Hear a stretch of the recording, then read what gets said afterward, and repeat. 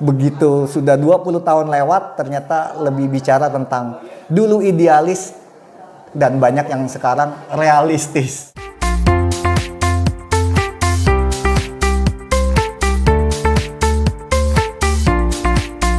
Assalamualaikum warahmatullahi wabarakatuh. Selamat di sini kebetulan sore menjelang malam. Salam sehat untuk kita semua. Ini kebetulan mudah-mudahan menjadi podcast perdana saya, Nia dan Kofi.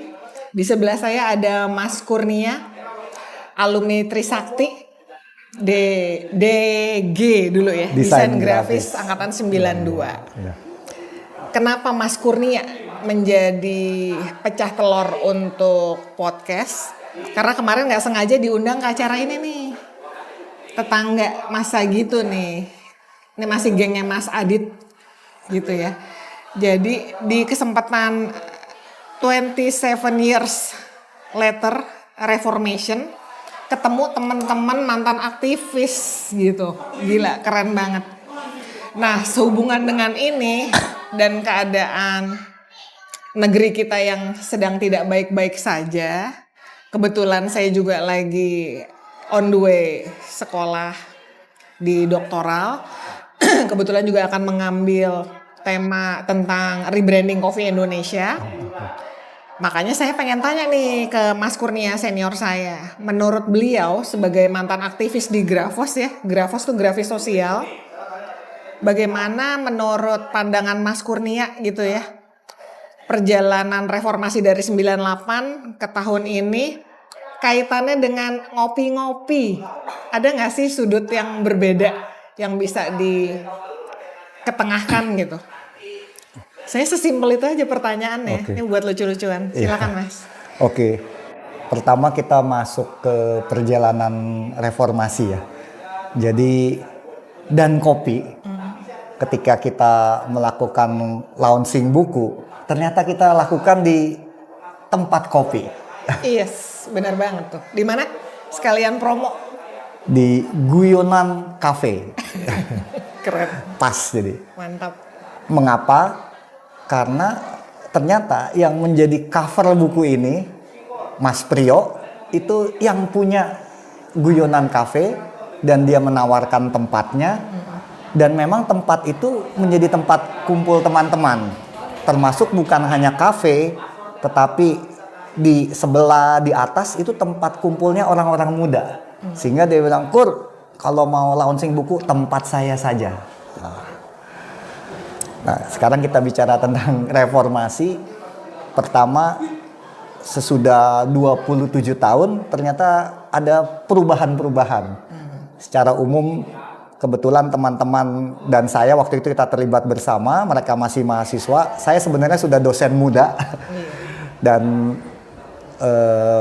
masuk di gerakan mahasiswa, memotret karena sebagai desain komunikasi visual, desain grafis, dan juga terlibat bersama. Aktif di FDT ya dulunya ya? Dulunya namanya Trisakti itu FDT, Fotografi Desain Trisakti. Cela, Trisakti lagi nih keluar. Lanjut. Kemudian dengan basic foto, waktu di gerakan mahasiswa, ternyata muncul ide 10 tahun kemudian, teman-teman lagi kumpul, foto ulang, kita pameran. Kemudian 20 tahun kemudian bahkan kita bisa memamerkan sekaligus meneliti karena sebagai dosen tentang agen perubahan dan itu dibiayai bahkan oleh pemerintah juga, mewawancara, memotret orang yang sama. Jadi unik karena selama 20 tahun. Dan puncaknya sesudah 27 tahun ternyata jadi buku dan kita lakukan launching di kafe.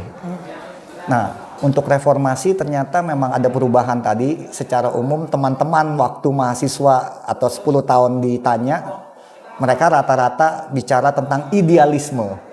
Begitu sudah 20 tahun lewat, ternyata lebih bicara tentang dulu idealis dan banyak yang sekarang realistis. Nah, dalam hal ini tentu ada teman-teman yang masih konsisten, ada juga yang sudah berubah. Itu realitanya. Yang pasti syukurlah teman-teman, boleh dibilang apapun bidangnya, yang teman-teman bergerak dulu jadi orang. Artinya ada yang jadi pemimpin, artinya di DPR, ada yang di kementerian, Ada yang jadi pemimpin untuk umat Islam di sini PBNU, ada yang jadi pemimpin di umat Katolik gitu ya, jadi provinsial. Termasuk ada yang juga menjadi ibu rumah tangga sekaligus tetap berkarya lewat yoga dan penerbit buku dan lain-lainnya. Nah, buku yang dibuat untuk merekam dan merawat sejarah. Nah, bagaimana kaitan dengan warung kopi? Ternyata kumpul-kumpul itu di warung kopi jadi budaya Indonesia. Ketika di warung kopi suasana lebih santai, kalau sekarang istilahnya kafe. Istilahnya kafe, dan itu menjadi ruang publik ya. Kalau kita meminjam Habermas, adanya public space, nah ruang publik kafe ini bisa menjadi tempat untuk bicara, membangun jejaring, termasuk bisa jadi membuat sebuah rencana-rencana dan kegiatan ataupun program ke depan. Artinya ini menjadi satu hal baru fenomena sekarang.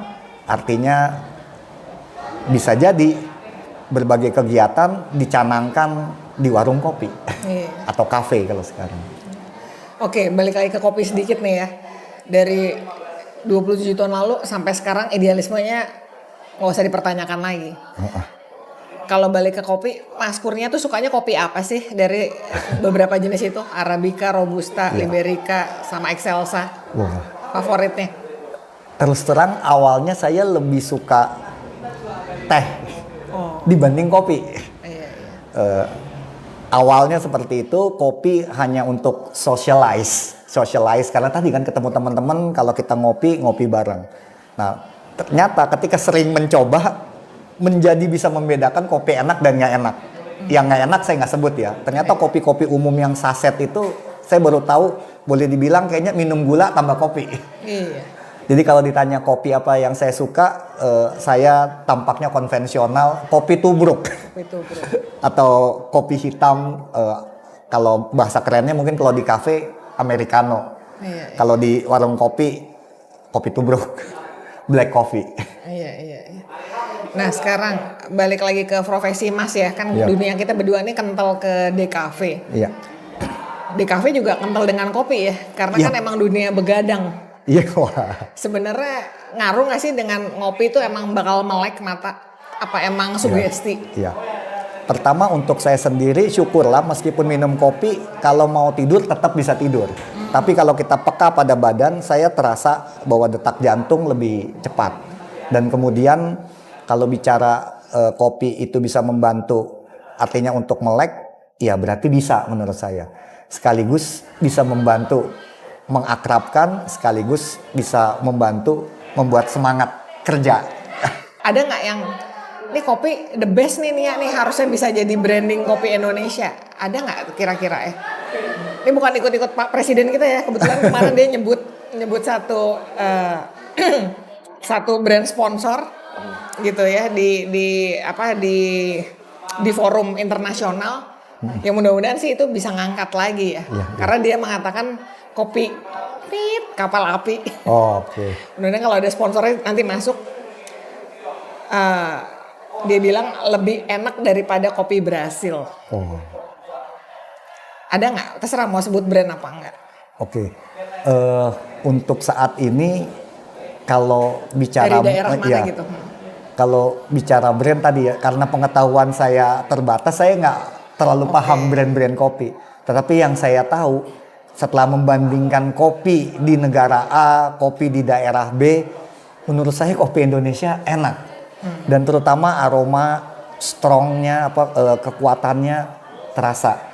Dan tanpa menyebut brand yang tadi, sebenarnya ada kopi-kopi kita yang sangat khas gitu ya. Kalau tadi salah satunya, kalau bicara brand, ya boleh ya sponsor dikit. Boleh dong. Saya punya kawan juga bisnis kopi, namanya Maximo. Boleh lihat Win? Ya. Nah ternyata ketika saya bawa ke saudara saya yang kemarin ini ada tinggal di A, tinggal di B, dia bilang enak sekali. Sebelumnya saya nganggep biasa karena sering dikasih. Tapi begitu saya membandingkan dan orang lain bilang enak, saya menikmati. Ternyata memang lebih enak. Dan pada saat membeli jadi luar biasa ya? Jadi luar biasa. Jadi kadang-kadang butuh proses buat mencintai. Butuh proses buat menghargai. Iya, iya. Saya sebenarnya meneliti kopi juga lucu-lucu sedap nih, agak ngeri-ngeri sedap. Iya. Karena saya bukan peminum kopi, sama kayak Mas Kurnia dari kecil dijejelinnya teh kalau sarapan, oke. teh sama telur setengah mateng. Oke. Gitu ya, udah kayak kuli bangunan bener. Tapi mau nggak mau karena perjalanan doktoral ini setahun terakhir saya paksain sensori saya untuk ngerasain bener-bener kopi hitam gimana sih. Sempat juga tuh dicela sama teman-teman aktivis kopi. Karena udah banyak juga punya networking gitu. Saya pernah ke Malaysia, saya kasih oleh-oleh teman-teman gitu ya kopi. Oh nih, coba saya beli berapa rasa, bagi-bagi gitu ya. Dia bilang, bawa pulang lagi deh. Kalau kopi saset sih, kopi aslinya cuma 5 gram gramaturnya. Sisanya krem sama gula. Iya. Nah, kembali ke kopi lagi. Mas Kurnia pada saat beli kopi, nih iseng-iseng pertanyaan terakhir nih ya. Beli kopi itu ngelihat kemasannya apa mencium harumnya sih? Oke. Apa emang udah punya ini ya target tertentu? Nih gue harus house blended apa sama apa gitu. Iya. Pertama tadi karena saya bukan ahli kopi, amatir gitu ya. Terus terang yang pertama dilihat memang kemasan, apalagi orang desain grafis gitu ya DKV, jadi yang pertama kemasan. Nah dalam prakteknya kemarin karena saya sempat cari-cari kopi untuk oleh-oleh. Tapi kemasan saja nggak cukup. Yaitu ketika membuat keputusan untuk membeli kopi, ternyata selain kemasan, saya biasanya nanti memang mencium. Ada yang baunya strong gitu ya, terasa. Ada yang baunya soft. Nah, saya lebih suka yang baunya lebih strong. Artinya untuk saya pribadi, pertama memang kemasan penting. Karena kalau tidak mungkin orang nggak tertarik. Tapi tentu konten akan terasa bedanya ya, seperti itu sih. Oke, thank you. Paling terakhir ya, sebagai penutup, mungkin saya minta testimonial dengan giat perjuangan perjalanan Mas Kurnia dengan aktivis di Grafosnya ya, grafis sosial tuh kan continue banget ya, konsisten. Bikin deh, tolong buatkan satu kalimat motivator buat anak-anak Gen Z sama adik-adik generasi ke bawah untuk melanjutkan perjuangan yang berkenaan dengan kopi. Terserah satu paragraf juga boleh. Oke. Mungkin saya tambahkan sedikit tentang kopi ya, tentang kopinya. Karena kebetulan contoh bagaimana kopi kita ini luar biasa. Kawan saya diminta oleh NGO atau LSM internasional untuk meneliti kopi dan orang muda. Artinya ternyata bahkan dari internasional pun ingin tahu tentang kopi, tentang orang-orang muda. Dan ini sampai keluar Jawa. Kawan saya sebagai peneliti ya ikut karena kan memang dibiayai dan temanya menarik. Nah, bagaimana kopi kita sampai ke internasional itu. Kedua, saya sebagai mahasiswa doktoral, pembimbing saya pun ternyata membuat disertasi tentang kopi. Jadi kopi mulai dari yang santai sampai ilmiah ada. Nah, sebagai penutup, pertama saya ingin sampaikan dengan kondisi kita yang saat ini seperti di buku ini, masih ada harapan untuk Indonesia. Karena seburuk apapun suasana, sedemikian yang kita lihat dan lainnya, harapan itu tetap perlu ada. Terutama orang muda, karena orang muda adalah agen perubahan. Bagaimana dengan kopi? Dengan kopi kita bisa berjejaring. Dengan kopi kita bisa menikmati. Dan jangan-jangan kongko-kongko percakapan, diskusi bisa membuat inisiatif-inisiatif, ide-ide baru untuk Indonesia yang lebih baik. Widih, mantap. Thank you. Mungkin terakhir nih, biar kita deal ya. Aduh jadi sedih nih, kayak mau berpisah. Kemarin udah dikasih ini nih, berapa minggu lalu ya. Sekarang keabsahan. Mas Kurnia kasih ke saya, boleh dong minta tanda tangan? Oke. Sambil beliau tanda tangan, sama kasih 1-2 patah kata lagi buat saya yang lagi studi. Mudah-mudahan harapannya ini podcast bisa jadi energi terbarukan ya. Melalui kopi kita bisa bicara apa aja. Tidak yang buruk-buruk, justru dari yang buruk-buruk mungkin bisa menjadi lebih baik. Harapannya gitu ya. Nanti pelan-pelan kita akan bikin tagline dan lain-lain. Mudah-mudahan teman-teman yang tertarik atau senang mau bergabung, berbicara apapun kaitan dengan kopi, saya persilahkan. Oke, saya tuliskan untuk Nia, sahabat kopi, untuk Indonesia, yang lebih baik. Oke, makasih Mas Kurnia. Selamat ya buat For Good nih. Aduh sedih banget nih. Sama-sama. Mudah-mudahan ya tetap silaturahimnya berjalan. Iya.